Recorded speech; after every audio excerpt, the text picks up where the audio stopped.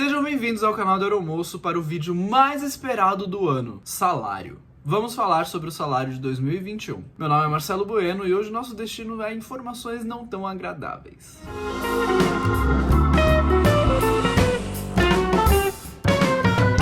O salário de comissário de bordo já não fosse complexo o suficiente, já é difícil de entender, ninguém sabe o que está acontecendo, até porque você começa a receber que você entende um pouquinho melhor, mas antes é bem difícil. Esse ano complicou, porque primeiro que o reajuste salarial anual demorou para sair, porque as negociações simplesmente não andavam. Na verdade, elas não andaram, elas fecharam sem andar. Não teve um bom acordo. O reajuste salarial geralmente é feito em cima da inflação do ano no país. Para quê? Para que o seu salário acompanhe essa inflação e você continue tendo o mesmo poder de compra. O que não aconteceu esse ano, mas eu vou explicar. Resumindo, se você não quiser entender por inteiro o que aconteceu esse ano, que é importante porque você já tem uma noção de como tá a aviação no país, o salário continua o mesmo do ano passado. Teve reajuste? Talvez. Olha só, como assim talvez? Não fechou o acordo? Fechou, mas é no talvez. Vou explicar. Vou começar lendo um parágrafo aqui da CCT desse ano, que é quem baliza, o salário, que diz assim: as partes convencionam que os salários e benefícios dos aeronautas, pagos em moedas nacional e vigentes em 30 de novembro de 2020, deverão ser ajustados caso as empresas aeroviárias apurem, na média do setor, lucro nas demonstrações de resultados trimestrais de 2021, que seja comparativamente, em valores absolutos, igual ou maior que a média apurada nos trimestres equivalentes de 2018 e 2019. A gente fechou o acordo em março. Geralmente o acordo sai ali em novembro, dezembro. Esse ano demorou muito mais. Bom, tudo bem. O que isso significa? Que os lucros das empresas agora este ano de 2020 por trimestre tem que dar igual ou maior aos lucros de 2018 e 2019. Essa média que eles fizeram, apurando todas as empresas junto. Qual o problema disso? 2018 e 2019, a aviação estava em ascensão, estava tendo muita contratação, aumento de rotas e aumento de passageiros transportados. Este ano está assim? Não! Esse ano a gente ainda continua tendo uma diminuição. Depois da alta temporada, que foi dezembro, janeiro, que teve uma recuperação significativa do setor, agora com a segunda onda no Brasil, a gente teve mais uma queda. E foi uma queda brusca de novo. Então, isso dificulta para que esses... Já estava difícil antes, agora fica mais difícil ainda para que esses valores sejam batidos. O reajuste só vai ser feito caso esses valores sejam batidos. E ele não vai ser feito de forma integral, ele vai ser feito por trimestre, como foi dito. Se esse valor foi batido no primeiro trimestre, ou seja, janeiro, fevereiro e março, o reajuste vai ser de 1,3% por trimestre. Ou seja, se você bater todos os reajustes, você vai ter um aumento aí de quase 6%, 4, 3, 5... de 5, alguma coisa por cento. Que seria o reajuste da inflação, se você bater os 4 trimestres. Tá, dito isso, vamos aos valores. Eu não vou falar qual o valor que vai ficar, porque eu já adianto que esses valores provavelmente não vão ser batidos. Então a gente mantém os valores realmente de 2019. O piso salarial para um comissário de voo em 2020, consequentemente agora em 2021, porque o reajuste não vai existir provavelmente, e se existir ele vai ter que ser calculado por trimestre, aumentando 1,3% em cima desse valor, se for batido a meta. Então, não é certeza, e se for, ainda assim, são valores diferentes que podem acontecer.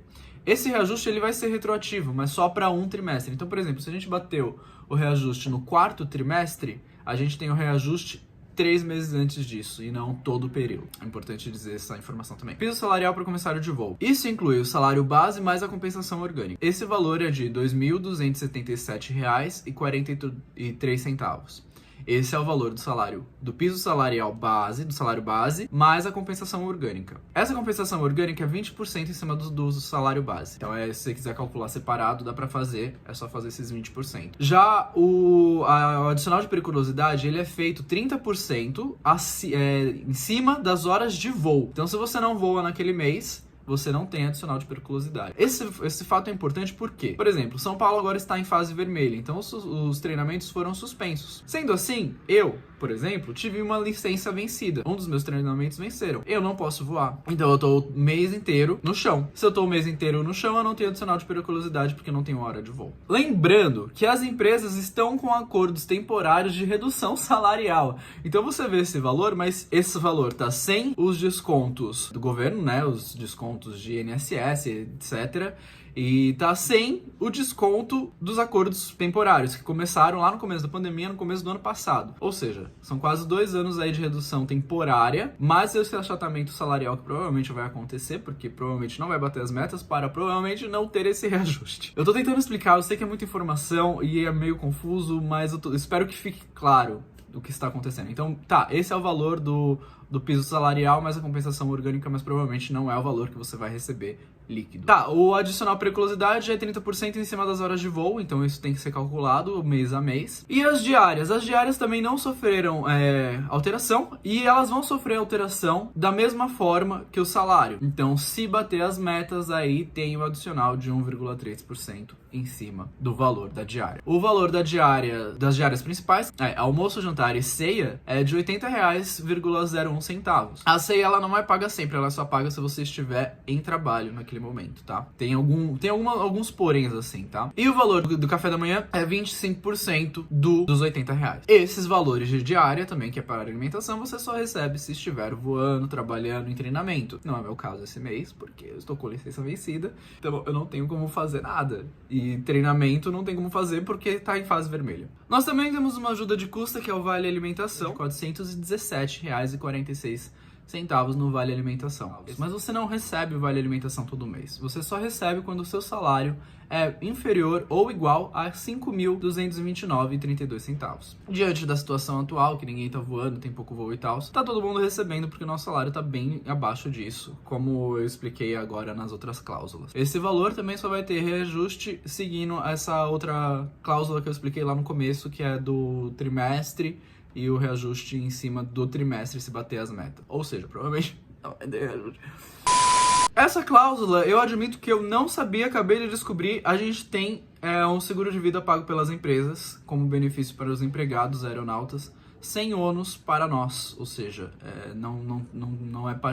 a gente não paga nada para isso. Essas são as cláusulas que tiveram alteração na CCT deste ano de 2020-2021, que foram somente as cláusulas referentes a valores. Todas as outras continuam iguais, então referentes a benefícios, referentes, sei lá, folga ou qualquer coisa assim, tudo continua igual, horas de voo e etc. Só o que teve alteração foram as cláusulas salariais referentes a valores, que talvez não sofram alteração pelos motivos de metas, tá? Por que esse vídeo explicando essas coisas, mesmo sabendo que provavelmente não vai ter alteração, é importante? Porque assim a gente tem uma visão do que está acontecendo na aviação de qualquer forma e já tem uma ideia de tempo de melhora. Os acordos temporários, eles vão até o final deste ano, mas chegando em dezembro sem ver uma recuperação boa da aviação, do setor, meio que não dá pra saber o que vai acontecer depois. Se vai vir outro acordo, se a gente entra em demissão. Agora, contratação, que eu sei que é o que a maior parte do pessoal aqui quer saber, eu acho difícil diante desse cenário. Teria que ter muita vacinação até lá pra que o setor pudesse se recuperar. Agora, também vendo o mundo entrando em crise, eu não sei se viagens vai ser uma coisa que vai se recuperar muito rápido também. Então, eu não sei se a recuperação do setor, mesmo depois da pandemia, seja uma coisa muito rápida. Eu acho que talvez tenha um pico grande, porque a galera não aguenta mais ficar em casa e queira viajar, mas depois a galera volte a segurar também. Então, não sei. É tudo muito incerto nesse momento. É tudo muito incerto. Eu sei que esse não era os números que vocês queriam ouvir. Com certeza não eram os números que eu queria ouvir ou falar. Mas é o que a gente tem pra este ano. Temos que trabalhar com o que a gente tem e não com o que a gente gostaria de ter, não é verdade? Espero que vocês tenham gostado desse vídeo e a gente se vê no próximo vídeo. Um beijo.